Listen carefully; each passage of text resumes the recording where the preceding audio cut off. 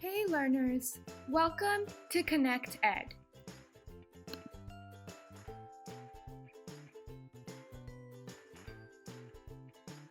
In today's lesson, we will read a story named In the Kingdom of Fools, which means the state where people are not so wise, they're not intelligent. In this story, the king, his ministers, and his advisors are fools. When a kingdom is run by a group of fools, there are some awkward consequences, and those consequences have been highlighted in the story. Without further ado, let's get right into the story. In the kingdom of fools, the king and his ministers both were unintelligent. The king and his minister did not want to run their kingdom like other kings did, so they decided to do something different. They started treating night as day and day as night. They ordered that the work which was done at night would be done during the daytime, and the work which was done during the daytime will be done during the nighttime. They passed an order that everyone in the kingdom would work at night. Nobody would sleep at night. The farmers would do farming at night, and the ones who ran businesses would do business at night. As soon as the sun rose, everyone would go to sleep.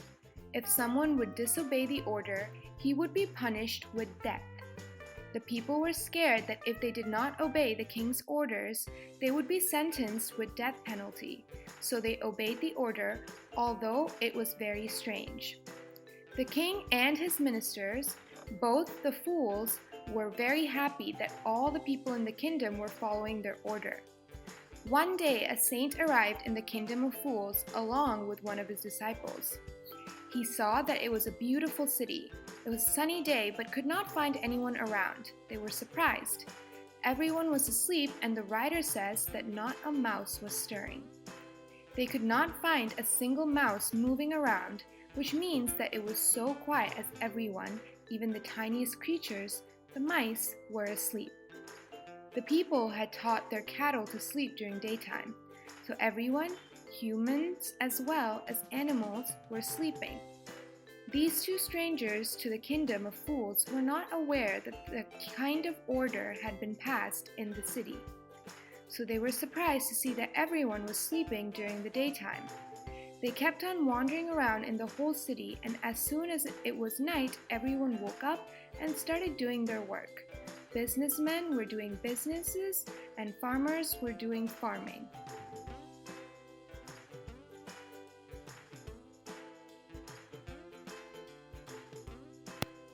Moving on to the next para. The guru and his disciple were very hungry. When the shops opened at night, they went to buy groceries. They were surprised to see that whatever they bought from the shop cost 1 dudu. The things were very cheap out there.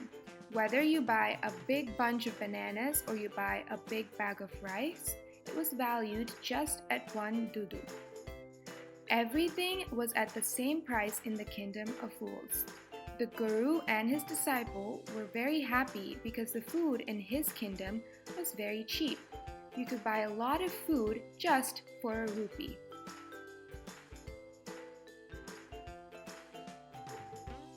I hope I made myself clear in the first two paras.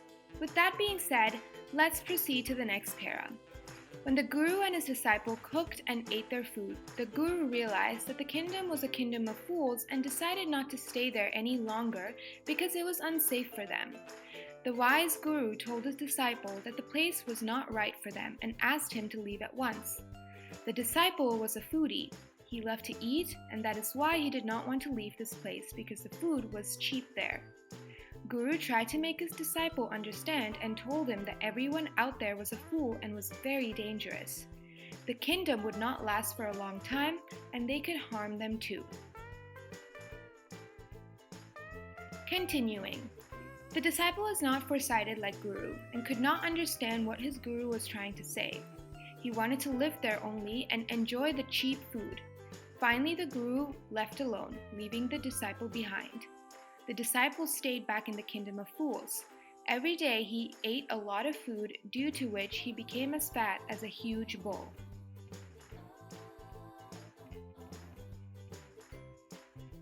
Let's find out what happens next. One day, a thief entered a merchant's house. He made a hole in the wall to gain access. When he was about to move out of the house after looting all the things, the wall broke down and fell on his head, and he died there only. The thief's younger brother went to the king and complained that his brother was following his ancient trade, although the ancient trade, robbing, is a crime. While he was working, the wall fell on his head and he died. The thief's brother was taking advantage of the king's foolishness. He said that the merchant whose wall has fallen down on his brother was the culprit. He should have made a strong wall. He requested the king to punish the merchant and get compensation for his family. Moving on to the next para. The king was so foolish that he did not consider the fact that the dead man was committing theft at the time of his death. He only thought that the man died because the wall fell on him and the owner of the house whose wall fell on him had to be punished. So he called the merchant. As soon as the merchant appeared, the king asked his name. Then the king asked him whether he was at home when the dead man, the thief, was burgling his house. The merchant replied that he was at home only. The thief made a hole in the wall and entered his house, and when he was trying to go out, the wall fell down on him because it was weak. Then the king told the merchant that he was guilty. He did wrong. Due to his weak wall, the thief died, and now he would be punished. The story has already started giving glimpses of the king's foolishness. Let's proceed to discover other situations. The merchant pleaded in front of the king, requested that, "My lord, it was not my fault. The wall was weak because the person who made the wall did not construct it properly. Hence, you should punish him." And further, he added that the wall was made during his father's time. The person who built it was very old. He knew him as he lived nearby, so the king sent a soldier to call the bricklayer who built the wall. They tied his hands and feet and brought him to the king's palace. Then the king asked him that if he built the wall, and he replied that yes, he did.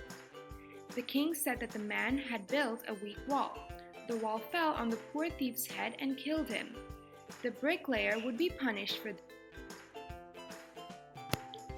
Will the man serve his death sentence that he certainly did not deserve? Let's find out. Everyone is passing on the blame to another person. When the king was about to pass an order to execute the bricklayer, he requested the king to listen to him. He agreed that he did not make the wall properly. It was because of a girl who was roaming around in the street and her anklets were making a jiggling sound. Due to her anklets' jiggle sound, he was not able to concentrate on his work and so built a weak wall. It was not his mistake. It was the fault of the girl. He added that he knew where this dancing girl lived. She should be punished instead of him. Proceeding. The king was satisfied with the bricklayer's explanation. He was convinced with him. He says that this case is very complicated and will not be able to be solved so easily. He ordered his messenger to get the dancer girl. The dancing girl had become an old woman and was trembling as she entered into the court. The king asked her that many years ago, was she dancing and roaming around in the lane while the bricklayer was constructing the wall? Her movement distracted him, she confirmed. He told her that as she was roaming around with her anklets jingling, it distracted the bricklayer. Due to this, he could not do his work properly. He built a bad wall, which fell on the thief, and he was killed. It was because of her that the thief died, and she would be punished with death. What will happen to the old woman? Will she be punished? The dancing girl transferred the blame onto another person. She said that she was roaming around in this lane again and again because she had to visit the goldsmith's shop. She had given some gold to him to make jewelry out of it. He was a dishonest person. He was making excuses for not making her ornaments on time. He kept on asking her to come after some time. Due to this, she had to go to his house at least a dozen times. So the dancing girl said that it was the fault of the goldsmith. Further, this dancing girl says that when the bricklayer saw her and got distracted, it was the fault of the goldsmith because of whom she was roaming in the lane again and again. Moving on to the next para. Now the king says that the poor dancing girl was totally right. He thought a lot and finally said that now they knew who the real culprit was. He ordered the goldsmith. The bailiffs on the king's court went in search of the goldsmith and brought him to the court. The goldsmith was hiding inside his shop as he feared being arrested. When he was brought in front of the king, he told his side of the story. What will the goldsmith say to defend himself? Let's find out.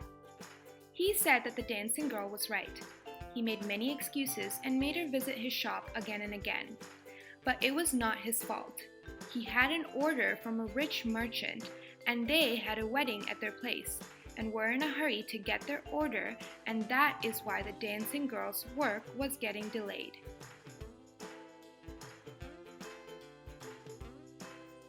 Moving on to the next para. The king then asked the goldsmith to name the rich merchant who delayed the completion of the woman's jewelry, which ultimately resulted in the collapsing of the wall.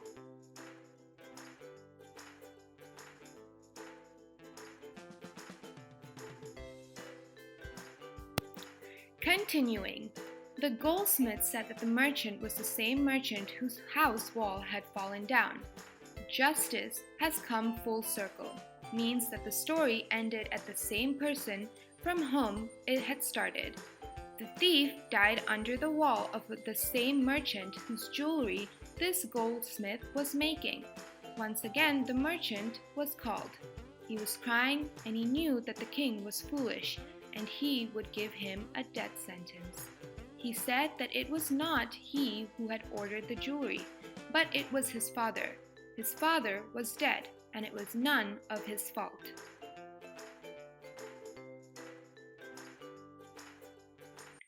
Will the king let the merchant go or punish him?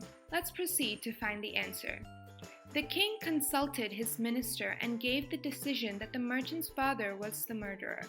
The thief died because of him, as the merchant's father was not alive and someone had to be punished for the crime, so he said that the merchant's son, who had inherited everything from his father, would have to take the punishment for his wrongdoing as well. He added that when he had seen the merchant for the first time, at that moment he had a feeling that he was the culprit. The king announced that now the merchant would have to die.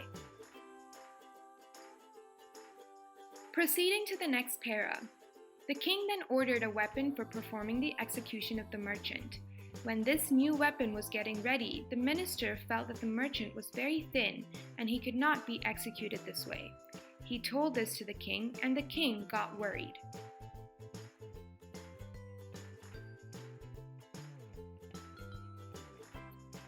I hope the story is clear to everyone up until now. Starting the next para. The king got an idea that they should catch hold of the man who was fat enough to be executed with the stake. The merchant would not be put to death because he was too thin to be executed with a snake. They thought of punishing another person instead of the merchant, one who was fat enough to be executed with a stake. Finally, the king sent his servants around the kingdom to look for a man who was fat enough to be executed with a stake. They found the guru's disciple who had become very fat because of overeating.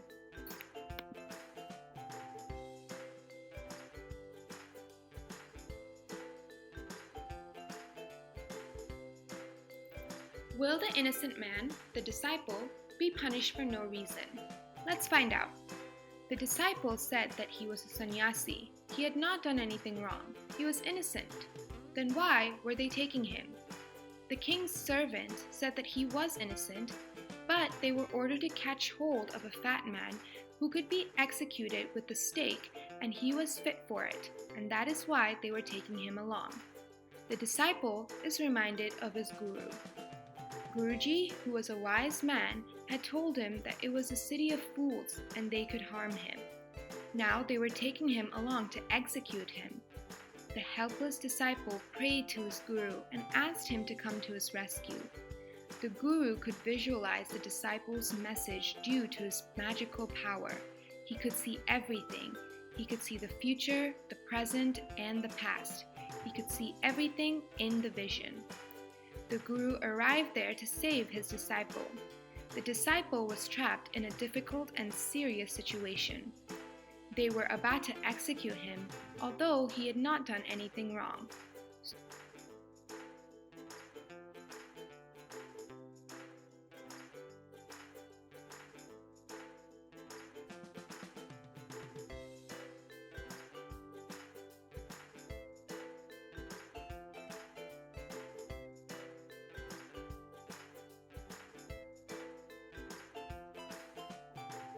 Moving on to the next para. As the Guru met his disciple, he scolded him because he did not obey and stayed back. He whispered something in his ears. The Guru tried to trap the king in his words. He asked him who was greater between a Guru and his disciple. The king replied that of course the Guru was greater. The Guru said that for this reason the king must execute him before executing his disciple. When the disciple heard his Guru's words, he started shouting that he wanted to die first.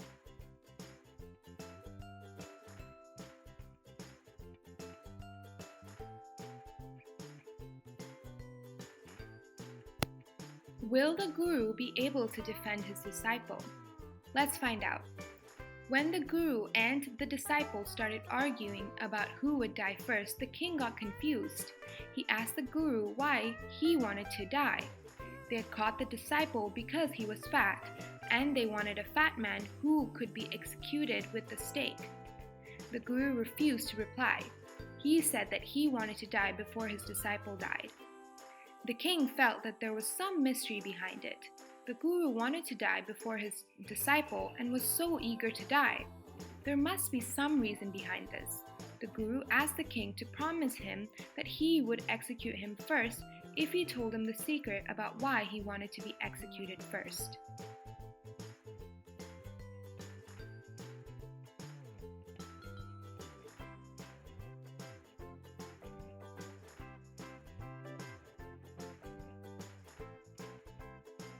Proceeding.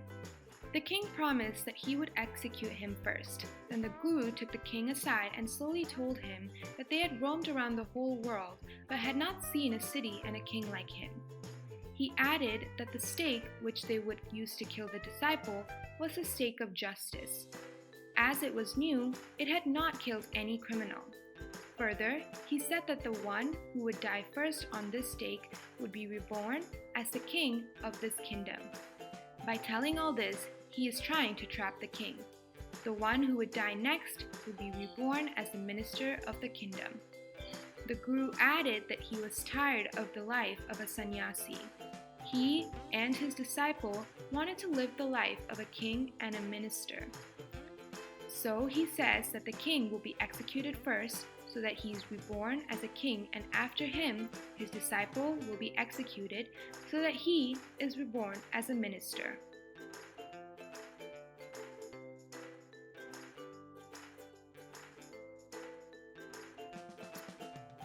How will the king react to the Guru's proposals? Let's find out. After listening to the Guru, the king was in deep thought. He did not want that in the next life, his kingdom be snatched away from him. He discussed this with his minister. The king told his minister that he did not want that in the next life his kingdom be taken away. He added that the person was a holy man, and holy men did not speak lies. He says that they should die first so that they are reborn as king and minister of the kingdom.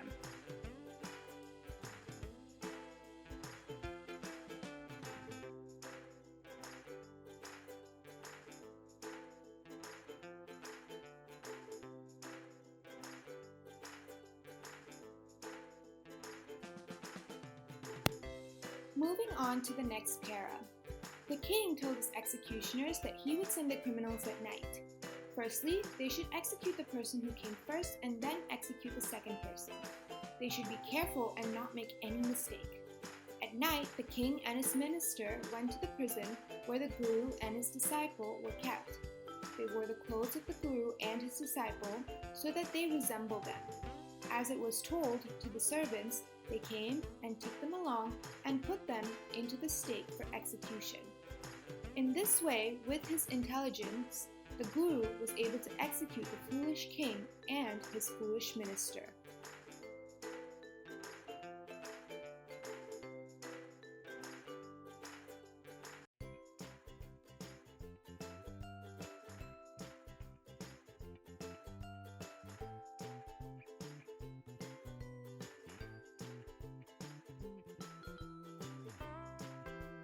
We are almost at the end of the chapter. Let's finish it quickly and then we'll practice some questions. When the dead bodies of the king and his minister were taken away to be thrown, the people trembled to see the dead bodies of their king and his minister. Everyone was trembling because the dead bodies were not of the guru and his disciple. Instead, they were the bodies of the king and his minister.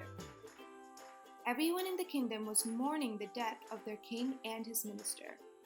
In the morning, some people thought of the guru and his disciple and felt that they should go to them. As the guru and his disciple were planning to leave the kingdom, the people stopped them. The people of the kingdom thought that they needed a king and a minister, and so they requested the guru and his disciple to be the new king and minister of the kingdom. The disciple agreed quickly, but it took some time to make the guru agree upon this.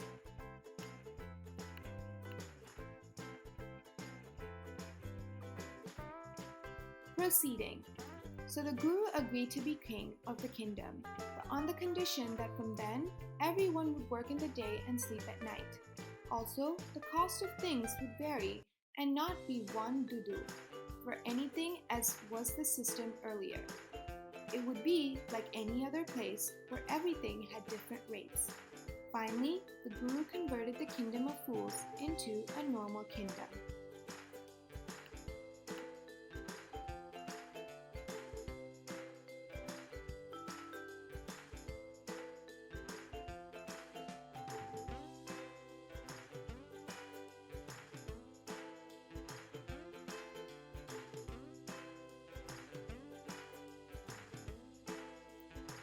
With that, the story comes to an end. I hope it is clear to everybody.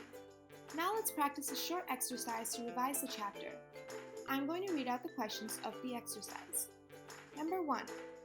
What are the two strange things the guru and his disciple find in the kingdom of fools? Number 2. Why does the disciple decide to stay in the kingdom of fools? Is it a good idea? Number 3. Name all the people who are tried in the king's court and give the reasons for their trial. Number 4. Who is the real culprit according to the king? Why does he escape the punishment? Number 5. What are the guru's words of wisdom? When does the disciple remember them? Number 6. How does the guru manage to save his disciple's life?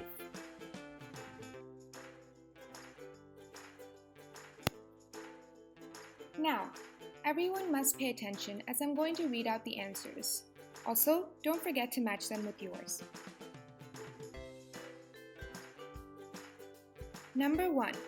When the guru and his disciples reach the kingdom of fools, they find the following two strange things. A. All the people sleep during the day and work during the nighttime. They have trained the cattle and all the other animals also to do the same as they fear punishment at the hands of the king. B. Everything in the kingdom of fools, a bag of rice or a bunch of bananas, costs 1 dudu. The guru is astonished and his disciple is excited to realize that the food is so cheap in the kingdom. 2. The disciple loves food. He gets excited to see such cheap food available in the kingdom of fools. As he wants to relish more and more food, he stays back in the kingdom of fools. His decision was not a good one as he got into trouble. Although he was innocent, the king's men took him for execution as they needed a fat person who could be easily killed by the stake. Number 3. The names of the people who were tried in the king's court are as follows. A. The rich merchant who was the owner of the house was tried because the wall that collapsed onto the thief belonged to him. Later, he was again tried and held guilty on the behalf of his dead father, who had ordered the goldsmith to deliver the ornaments in a haste due to which the goldsmith could not deliver the dancing girl's ornaments in time. B. The bricklayer who had built the weak wall was also tried for constructing the wall that collapsed and killed the thief. C. The dancing girl was tried for distracting the bricklayer as she walked in the lane again and again. The jingling sound of her anklets distracted the bricklayer, because of which he constructed a weak wall. D. the goldsmith was tried because it was due to him that the dancing girl had to walk up and down the lane again and again. E. The rich merchant's dead father was tried because he had ordered the goldsmith to deliver his ornaments first, as there was a wedding with his family. Due to this order, the goldsmith was unable to make the dancing girl's ornaments in time. Number 4. The names of the people who were tried in the king's courts are as follows.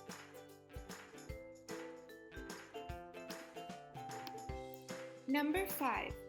The Guru had told his disciple that the place was a kingdom of fools and they were unsafe for them. He had asked his disciple to leave the place at once.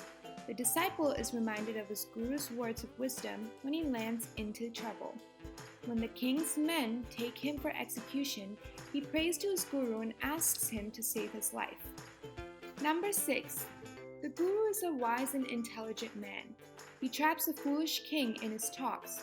He says that as he is the Guru, he is senior to his disciple and so he should be killed first. The king gets confused to see the Guru's eagerness to die. He asks him the reason for it. On being promised that he would be killed first, the Guru says that as the stake is a new one, it has not killed any criminal. He adds that the person who would be killed by the stake first would be reborn as the king of the kingdom. The second person who would be killed by the stake would be reborn as a minister of the kingdom. The king considers the Guru to be genuine and so tells his minister that they should not lose their kingdom in the next birth. In this way, the king decides to save his kingdom and get himself and his minister killed by the stake in place of the Guru and his disciple. Hence, the Guru saves his disciple's life.